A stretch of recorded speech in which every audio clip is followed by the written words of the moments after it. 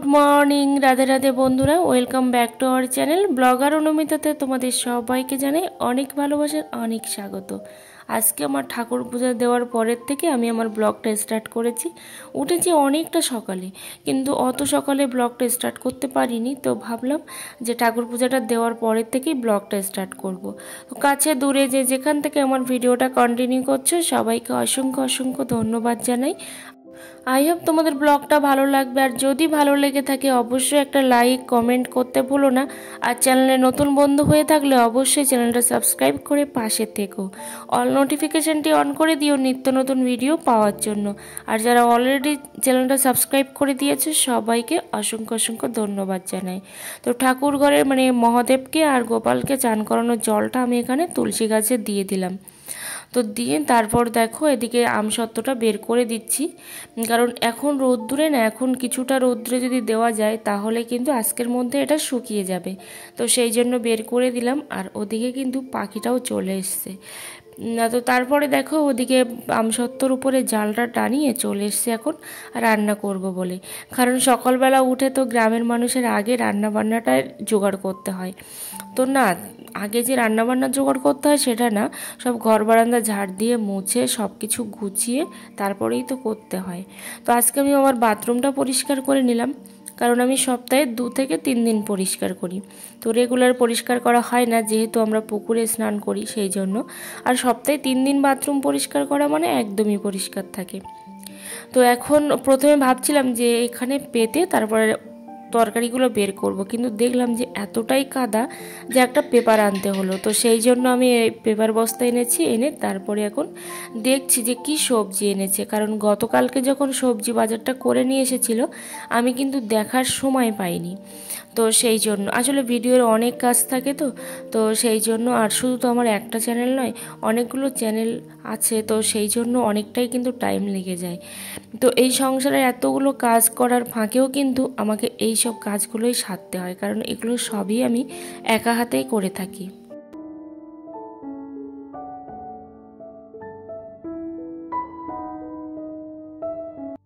যারা ইউটিউব প্ল্যাটফর্মে কাজ করবে ভাবছো বা কাজ করতে চাইছো বা অলরেডি করে ফেলেছো, করা শুরু করে দিয়েছো, তাদেরকে আমি বলবো যে তোমরা প্রফেশনাল ওয়েতে ভিডিও বানাও। কারণ কখনো লম্বা কখনো আড়ে এরকম ভিডিও বানিও না। কারণ তোমরা কিন্তু অন্যদের ভিডিওগুলো দেখো যে অন্যেরা কেমনভাবে ব্লগগুলো করছে, তো সেইভাবে কিন্তু তোমরা ব্লগগুলো করো। আর একটা জিনিস বলবো, যে অনেকেই দেখছি 1 মিনিট 2 মিনিটের ভিডিও বানাচ্ছে, কিংবা 4 মিনিট 5 মিনিট এরকম টাইপের ভিডিও বানাচ্ছে। তো তাদেরকেও বলবো যে তোমরা আগে ডিসাইড করো যে তোমরা শর্ট চ্যানেলে কাজ করতে চাও নাকি লং চ্যানেলে কাজ করতে চাও, এটা তোমরা আগে ডিসাইড করে নাও। তারপর তোমরা যদি শর্টে কাজ করতে চাও তোমরা শর্ট দিতে থাকো, শর্টেই দিয়ে যাও। আর তোমরা যদি লং থেকে মনিটাইজেশন পেতে চাও তাহলে কিন্তু তোমরা লংটা পারফেক্ট ওয়েতে দাও। কারণ কি বলো তো, একদমই যে শর্টগুলো আছে 1 মিনিট বা 2 মিনিটের যে শর্টগুলো, সেগুলোতে তোমরা দেখবে এভারেজ ভিউ ডিউরেশনটা কিন্তু একদমই কম থাকে। কারণ আমি এই কথাগুলো কেন বলছি বলো তো, আমি যখন চ্যানেলটা প্রথম দিকে ওপেন করেছিলাম, এই চ্যানেলটা নয়, আমার তো অনেক চ্যানেল বাদ গেছে, তো তখন কিন্তু আমাদের আমি এরকম কিন্তু কোনো ব্লগ খুঁজে পাইনি যারা কিন্তু এইভাবে কোনো রকমভাবে মানুষকে গাইড করতো। এদিকে দেখো আমার হাজব্যান্ডকে খুব বকছিলাম যে এত টাকা দিয়ে এই ফুলকপিটা আনার কি প্রয়োজন। তো খুব বকাবকি করছিলাম যে না, এত সংসারের অবস্থা খারাপ, তো এত টাকা দিয়ে কেন এনেছো। তো পরে ভাবলাম যে না, ওটা 25 টাকা দিয়েই কিনেছে। ঠিক আছে, এই ফুলকপিটা 25 টাকা দিয়ে কিনেছে, তো আমাদের তো 4 বেলা হয়ে যাবে। আজকে হচ্ছে 2 বেলার জন্য রান্না হচ্ছে, আর এই যেটা বাকিটা রেখে দিচ্ছি এটা হচ্ছে আগামী 2 বেলার জন্য রান্না হবে। তো সেই জন্য 4 বেলাই বললাম। তো আমি তখনই ভাবলাম যে না ঠিক আছে, তাহলে 25 টাকা দিয়ে যদি 4 বেলা খেতে পারি, এর সঙ্গে একটু আলু দেবো, তারপরে তো মাছ দেবো, তো 4 বেলা যদি খেতে পারি 25 টাকা দিয়ে অনেকটাই ভালো হবে। তো সেই জন্য এদিকে আমি দেখো চলে এসেছি, আর আমার হাজব্যান্ডকে একটু বলছিলাম যে উনুনটা ধরিয়ে দিতে, কারণ একটু উনুনটা ধরাতে ভালো পারে। প্রত্যেকটা মানুষই কিন্তু শেখে। আর আমার প্রত্যেকটা ভিডিওতেই তোমরা দেখেছো যে উনুনটা কিন্তু আমিই ধরাই। উনুনটা ঠিক ধরিয়ে দেয়নি, আসলে ওই সামনে প্রচুর পাতা ছিল, তো সেই পাতাগুলো বললাম যে এইখান থেকে যে কোনো প্রকারে বের করো, না হলে সত্যিই দেখতে খুব খারাপ লাগছে, মনে হচ্ছে একদম জঙ্গলে বসে রান্না করছি।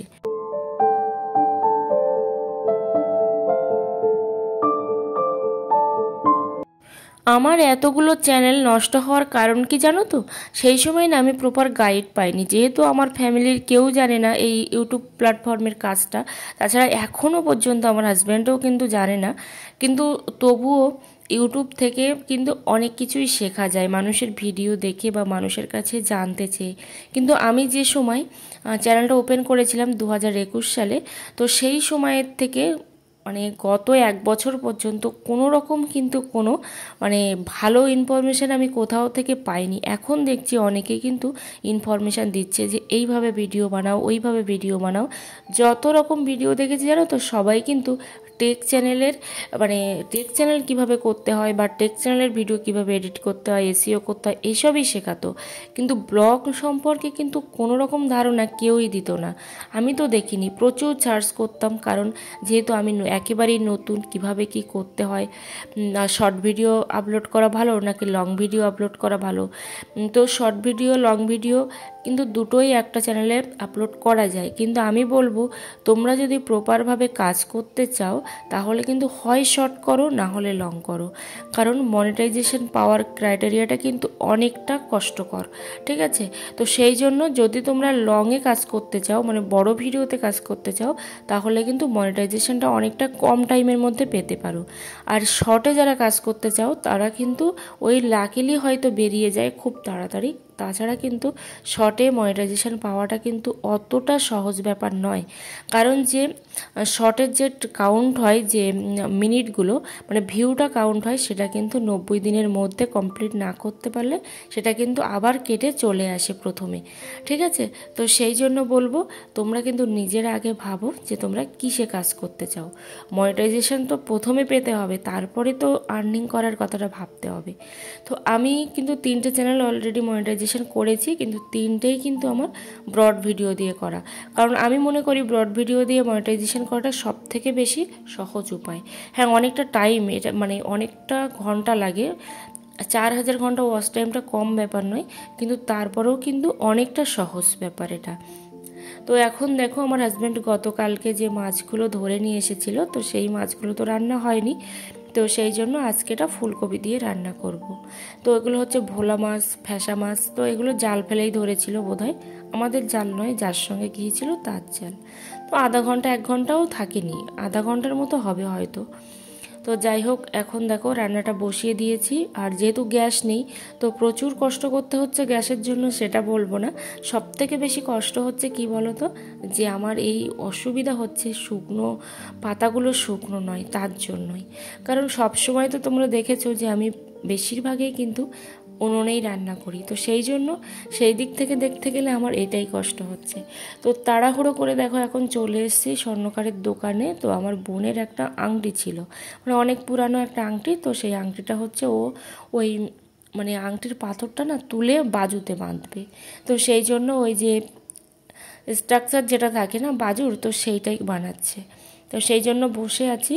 তো এখানে বানিয়ে তারপরে হচ্ছে নিয়ে যাব। আর প্রচুর পরিমাণে খিদে পেয়েছে, মাথাটাও ঘোরাচ্ছে, যেহেতু আমার মাইগ্রেনের প্রবলেম। খিদে পেলে কিন্তু গ্যাস হয়ে যায়, আর গ্যাস হলেই মাথা যন্ত্রণা করে। তো এখানে আমার হাজব্যান্ড দেখো নিতে এসছে বাইকে করে, কারণ আমি তো মানে আসার সময় বাইকে এসেছিলাম, আবার দিয়ে চলে গেছিলো, আবার হচ্ছে নিতে এসছে। তো এখন যাব, আর এখান থেকে একটু কালো কার কিনে নিচ্ছি। এখন আমরা বাড়ি চলে যাচ্ছি, আর বাড়ি গিয়ে আমাকে খেতেই হবে, না হলে কিন্তু আমার সারাটা দিন মানে খুবই কষ্ট করতে হবে মাথা যন্ত্রণায়।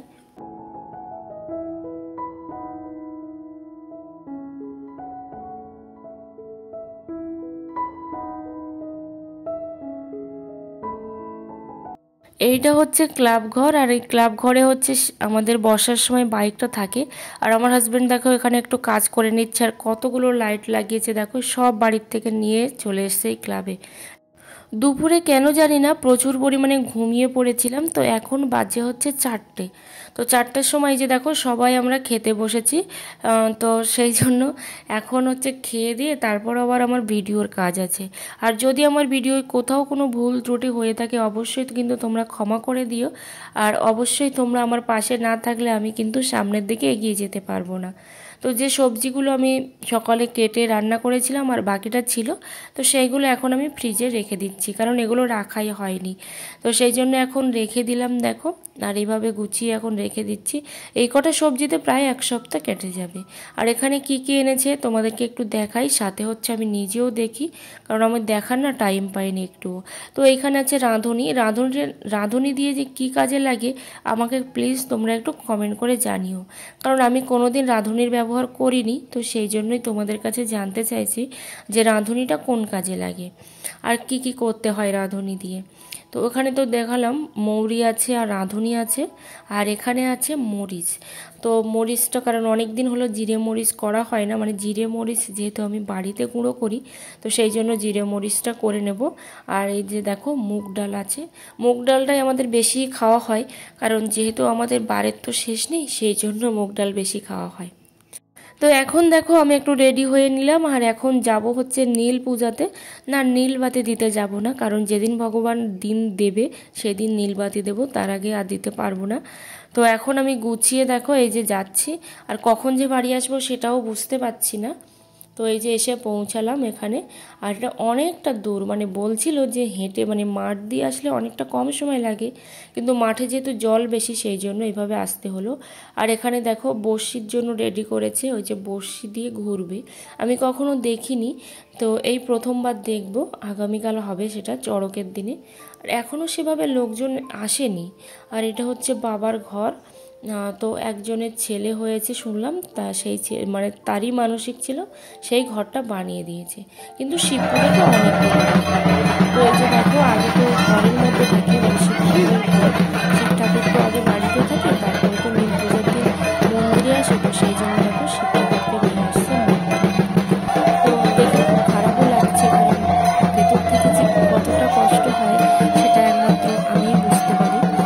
তো এই যে দেখো বাবাকে নিয়ে যাচ্ছে, কারণ বাবার আজকে মন্দিরে উঠবে, সেই জন্য। আর প্রচুর লোকজন হচ্ছে, এসেছিলাম মেলাকে দেখতে, কিন্তু এখনো মেলা থেকে শুরু হয়নি, তো সেই জন্য মানে আগে যে প্রসেসগুলো আছে সেই প্রসেসগুলো হয়ে নিচ্ছে। এখানে দেখো গান শুরু হওয়ার আগে প্রত্যেকটা সন্ন্যাসী নাচ গান করছে, কারণ মনেরও একটু জোর দরকার হয়, কারণ একটু নাচ গান করলে মনেরও জোর পাওয়া যায়।